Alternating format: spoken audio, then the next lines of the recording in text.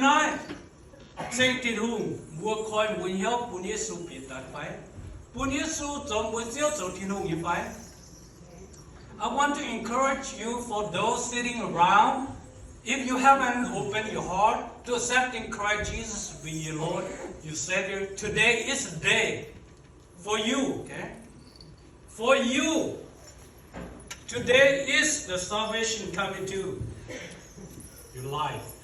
If you're willing to accept Christ to be your Lord and your Savior. Mà tao như phải, Chúa Giêsu có Yesu cho kể đàn, nghe kèn. Yêu biệt mình trong buổi nhà tháng, nè cho buổi nhà chiếu, cho buổi thiên hùng, yên xây ở cầu bùa như mẹ, buổi yếm nòng lùng đĩa na, mới uốn như lùng đĩa, ô như lùng đĩa, hòa như lùng đĩa, tôi chủ miền kỳ bò, chủ miền con tổ như lùng đĩa, bùa ở biểu đốt nó lùng đĩa, bùa chuẩn mai Yesu cho buổi nhà chiếu, bùa ỏi như phải, ỏi năm bùa, chít tu Yesu cho buổi nhà chiếu. Woman, God said, my wife.